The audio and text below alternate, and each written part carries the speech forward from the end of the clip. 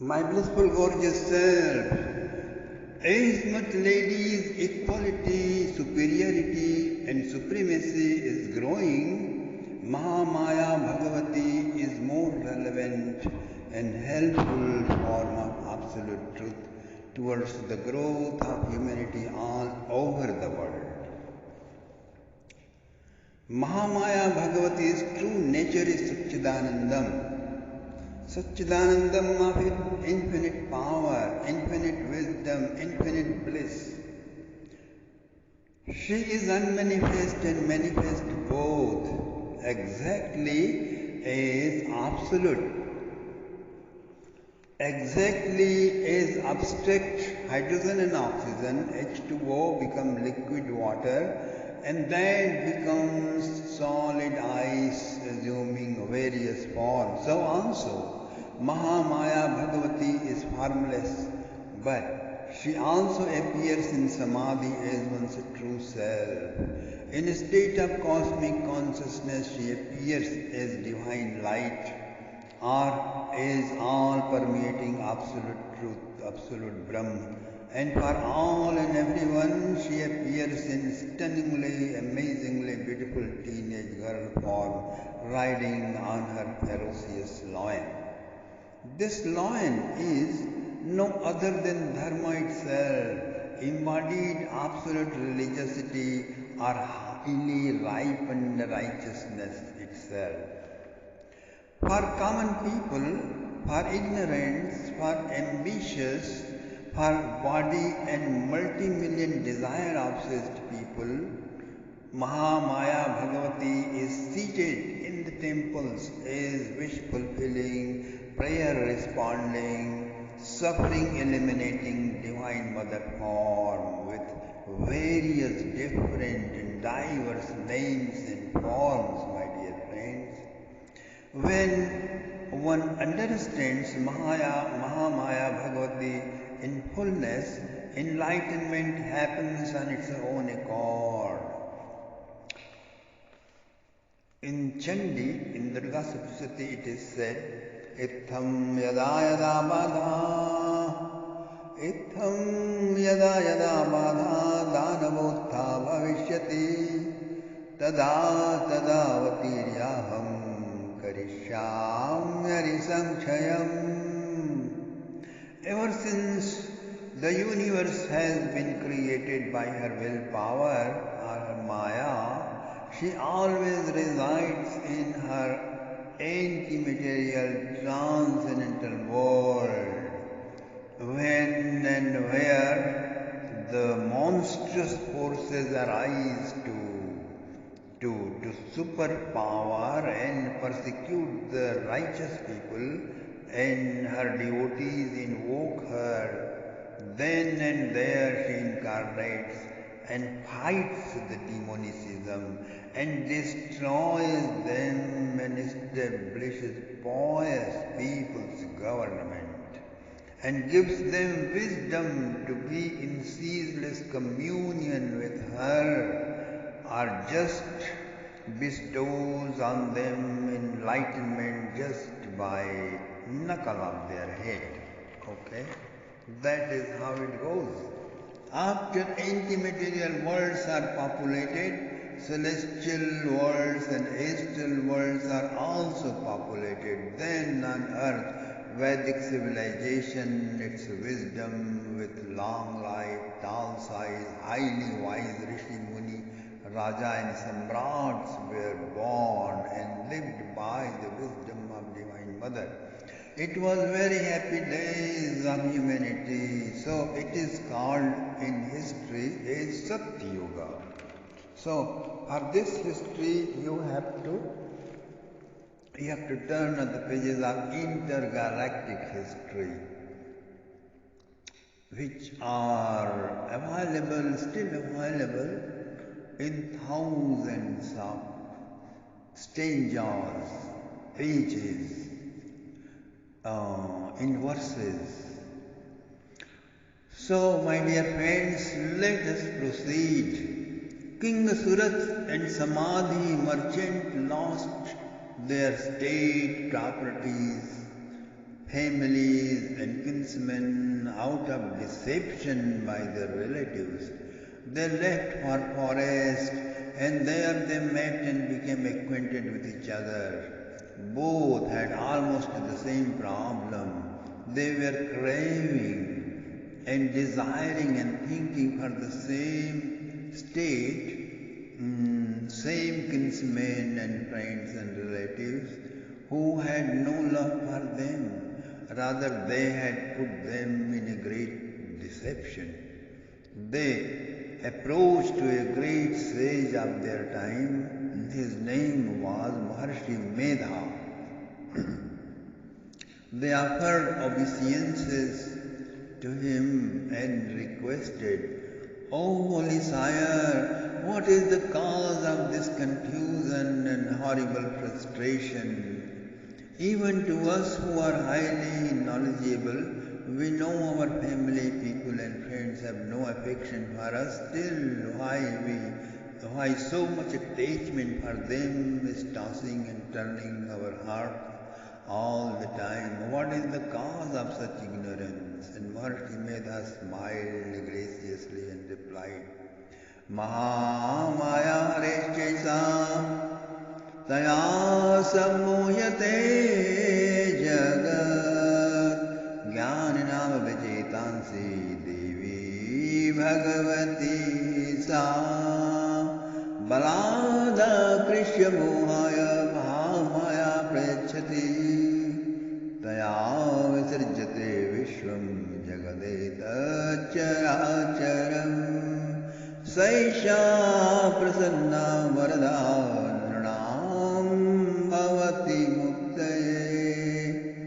O king, O merchant, she is Mahamaya Bhagavati, who is expanding out over the essential nature of everyone in the form of cosmic slumber.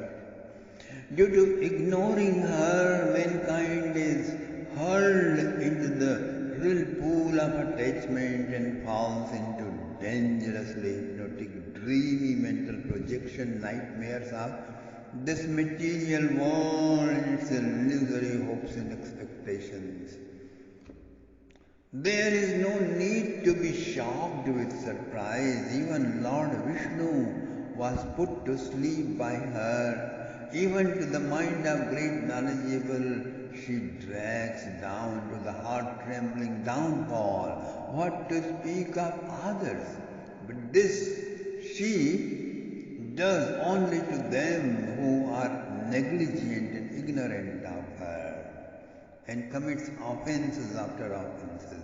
But when she is welcomed with warmth through worship and jap of Navarna mantra and understanding of the wisdom of Srimad Devibhagwat and Markandeya Puran associated with Vedic Tantric way of life, then she becomes highly satisfied and bestows benedictions of all prosperity, peace and happiness. She is the eternal source of all delicacies of enlightenment, my dear friends. Then King Asurat asked, "Holy Sire, who is Mahamaya? Who is the Bhagavati? How she appeared on earth? Reverend Sire, I want to listen all about her." Then Medha Rishi was very delighted to hear that. There is nothing more delightful to the spiritually evolved soul than being greeted by a humble, sincere question regarding absolute reality, the Goddess Supreme, Mahamaya Bhagavati. He said, "She is the very existence of the existences of all. The universe is nothing but her gross outer form. She is unborn, eternal. Still, when righteousness is harassed by monstrosity, when a civilization, culture or kind of religious setup rises that supports heartlessness, insensitivity and opposes the integration of consciousness of people, then she incarnates. And actually this is not enough for her coming, but when there is a group devoted, dedicated to the love and wisdom of Mother Consciousness, and they long to sing a song of her, then to provide the materials for composing songs, Divine Mother, the Mahamaya Bhagavati incarnates and plays wonderful, heart-captivating, eye-soothing frolics. She appears then on earth age after age in various ways, innumerable ways, revealing inconceivable dimensions of her power, beauty, love and mercy. So, the Yoga Nidra incarnation is the incarnation of Mahakali, is described in chapter 1 of the Chandi, in the Durga Stuti. Chapter 2 is the description how the Mahalakshmi incarnated. Those were beginning days of creation, my dear friends. Golden age was proceeding swiftly, righteousness was widespread, but once in a while extreme materialism also prevailed in a very intense form. Once it happened that international monstrosity became individualized. Celestials fought with that dictator Mahishasur, but they lost the battle. The demon became Indra, which means not only the Lord of Earth, but also of all the planets of our galaxy, including planet Swaha. Celestials and representatives of righteousness were killed, exiled, and ones who were lords of all planets are highly adorable posts, they were found wandering in wilderness, hungry, thirsty, tired, disguised. Great suffering brings the human mind to a great humility, my dear friends, and then surrender happens, submission happens, and when heart melts, the wisdom arises. All their hearts became extremely soft, melted, serene. They came to Himalayas, to the abode of Lord Shiva. Fortunately, Lord Vishnu was also present there. They satisfied the Lord through their great devotion and prayers. When Lord Shiva and Lord Vishnu listened to the cause of their misery, in extreme compassion for them, anger arose for Mahishasur. Lord Vishnu's eyebrows turned up, face became red, then a great blazing translucent light arose from his face. It went up and up, stopped in the space, the same way from Lord Shiva, from Brahmaji and Indra, and from all of the gods. Also light arose and went up and combined together and became concentrated, and it manifested in the form of sky-creeping, extremely beautiful Mahamaya Bhagavati, the teenage girl, goddess. Through the light of Lord Shiva, her face was formed. Through the light of Lord Vishnu came her hands. Through Yama's light, her hair. And Chandra's moon's light was condensed as her breasts. Indra's light formed her thin waist. Varuna's light made her thighs. Bhudevi's light her hips. And Vasu's her fingers, Kubera her nose, Prajapati's her teeth, and her eyes were formed through Agni's energy. Her eyebrows manifested through Sandhya, ears through Vayu, and thus different limbs of Mahalakshmi were formed by the light of all celestial and super celestial beings. Their light was but the vibrations of their righteousness, their devotion purified by tapas, the penance, the austerity.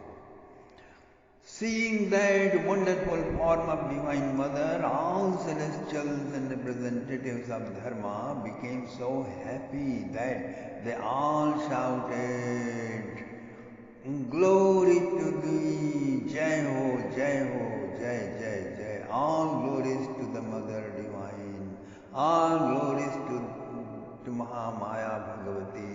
And then Lord Shiva produced a new trident from his own trident and offered it to the mother with great reverence. Lord Vishnu offered a new discus. Himalayas offered her a tiger, huge, ferocious tiger, lion to ride, and also gemmed necklaces to adorn her heart. Ocean offered a lotus garland that never wilts. All celestials offered her whatever the best they can. Satisfied with their offerings and prayers and devotion, Divine Mother roared in extremely loud sound. She did it over and over. It echoed and re-echoed all directions. The universe could not assimilate it. Sky proved to be too narrow. Ocean trembled into absent tide. Mountains shook. The whole atmosphere became filled and moved. Mahishasura was sitting on his gorgeous throne, $160 million throne, in his heavenly assembly, surrounded by thousands of well-dressed ministers and warriors. These loud roars deafened them all. Many of them stunned, head reeled, and mind stopped to function, and many of them fell down unconscious on the ground, my dear friends. Mahishasura screamed, "Ah! What's happening?" They all imagined some mighty competitor is born, dressed in their martial dress, carrying supersonic weapons. They rushed to the spot and saw Divine Mother illuminating all directions to entire planet through her soothing light. Her crown, extending throughout the sky, resembled drawing a cosmic line like a rainbow, and in her thousands of hands holding innumerable weapons, she was covering all directions as the earth was managing somehow how to handle her mighty weight. Mahishasura could not bear this most beautiful scene. Crooked people are habitual to constantly disturb and attack or create unnecessary problems for the righteous ones. They cannot bear their presence, their existence, their laughter, their happiness. So demon Mahishasura had no cause to fight, no harm was done to him by Divine Mother, but he attacked upon her through all his power. He engaged not just some, but millions and millions of muscular soldiers who worked on their bodies like boxers, like samurais, like gorillas. Chikshur, Udagra, Asiloma, Baskal, another thousand of leaders, steel-like bodies with invincible armies and air force attacked on Divine Mother, showering innumerable arrows, spikes, javelin and spears. But Divine Mother was not at all sleepy. She was extremely vigilant, quite ready, awaiting for any oncoming top-high danger with her, which herself had invited, my dear friend. She cut off all weapons of demons playfully. Her lion was rapidly, as if flying, leaping in the army of demons. shaking the hairs of his shoulders as if a wildfire is set in the jungle through the exaltations of mother. And thousands of warriors were born.